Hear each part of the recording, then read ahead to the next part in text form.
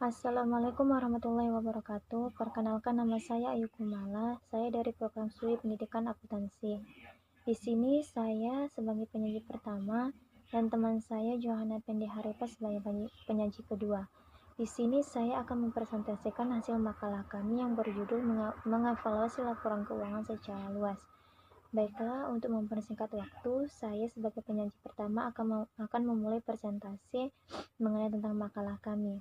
Di sini saya akan menjelaskan dari pengertian rasio keuangan. Rasio finansial atau rasio keuangan merupakan alat analisis perusahaan, di mana untuk menilai kinerja atau perusahaan berdasarkan perbandingan data keuangan yang terdapat dalam laporan pos-pos keuangan, di mana laporan pos-pos keuangan ini ada yaitu neraca, laporan laba rugi, dan laporan arus kas. Rasio merupakan alat ukur yang digunakan perusahaan untuk menganalisis laporan keuangan. Selanjutnya, rasio menggambarkan suatu hubungan atau pertimbangan antara rasio jumlah tertentu dengan jumlah yang lain. Dengan menggunakan alat analisa berupa rasio keuangan, dapat menjelaskan memberikan gambaran kepada penganalisa tentang baik atau buruknya suatu keadaan, baik itu keadaan laporan keuangan suatu perusahaan dari periode ke periode berikutnya. Selanjutnya di sini ada rasio keuangan bank. Rasio keuangan bank itu adalah ukuran yang digunakan untuk mengetahui kesehatan bank dan mengetahui kondisi keuangan, baik dilihat dari laporan keuangan yang disajikan oleh bank secara periodik. Dalam laporan keuangan yang dibuat bank menggambarkan kinerja bank selama periode tertentu. Pengolahan laporan keuangan dibuat sesuai dengan standar yang telah ditetapkan. Analisis yang digunakan dalam hal ini menggunakan rasio-rasio keuangan sesuai dengan standar yang berlaku. Selanjutnya, rasio bank itu merupakan rasio yang digunakan untuk memiliki kinerja usaha bank dalam suatu periode akuntansi. Akan tetapi, di sini rasio yang digunakan lebih bersifat kompleks daripada rasio-rasio yang digunakan untuk menilai kinerja perusahaan. Baiklah, selanjutnya di sini ada tujuan rasio keuangan bank dan perusahaan.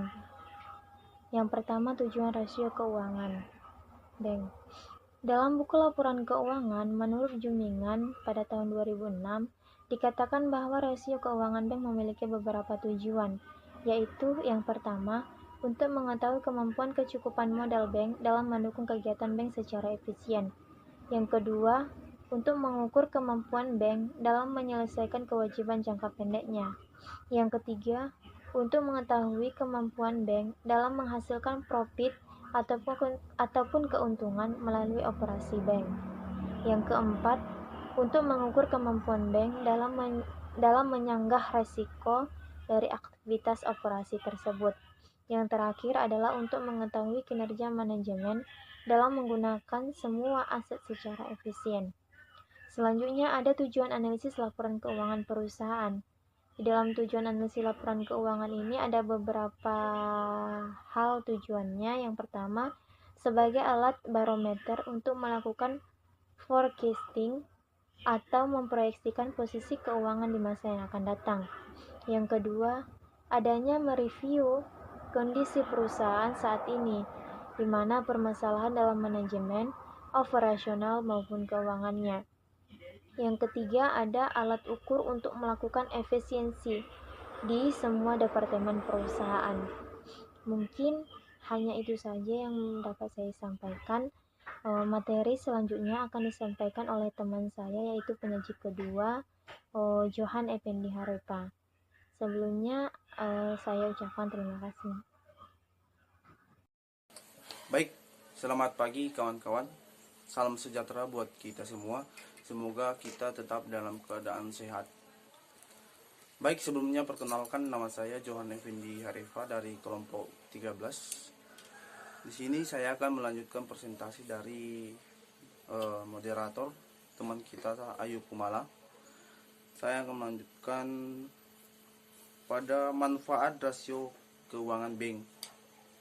Yang pertama itu kawan-kawan, perkiraan terhadap hasil dan kondisi keuangan bank.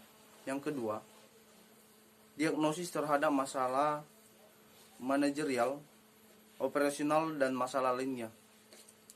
Yang ketiga, mengurangi ketidakpastian yang sulit. dihindari dan sering ditemui dalam proses pengambilan keputusan. Yang keempat, pertimbangan awal dalam pemilihan investasi. Dan yang terakhir, mengukur tingkat keberhasilan manajemen bank. Baik, selanjutnya kita masuk jenis-jenis rasio keuangan bank. Rasio yang pertama yaitu rasio likuiditas. Dan rasio likuiditas terbagi menjadi beberapa. Yang pertama, quick ratio. Yang kedua, investing policy ratio. Yang ketiga, banking ratio. Yang selanjutnya, access to loan ratio. Dan yang terakhir cash ratio. Yang selanjutnya yaitu rasio solvabilitas, dibagi menjadi 3 jenis, yaitu yang pertama primary ratio, yang kedua cash ratio,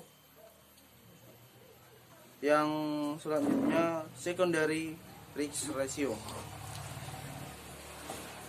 Baik, kita masuk pada rasio yang ketiga, yaitu ya rasio rentabilitas atau profitabilitas usaha, dibagi menjadi beberapa bagian. Yang pertama, gross profit margin.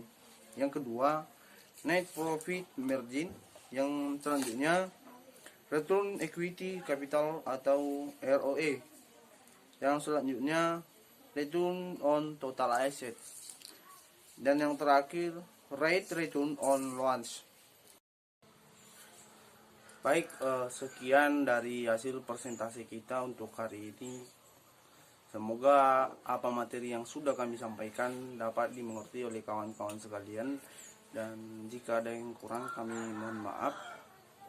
Sekali lagi, semoga situasi pandemi COVID-19 segera berakhir dan kita dapat melakukan pertemuan secara tatap muka. Terima kasih dan selamat pagi.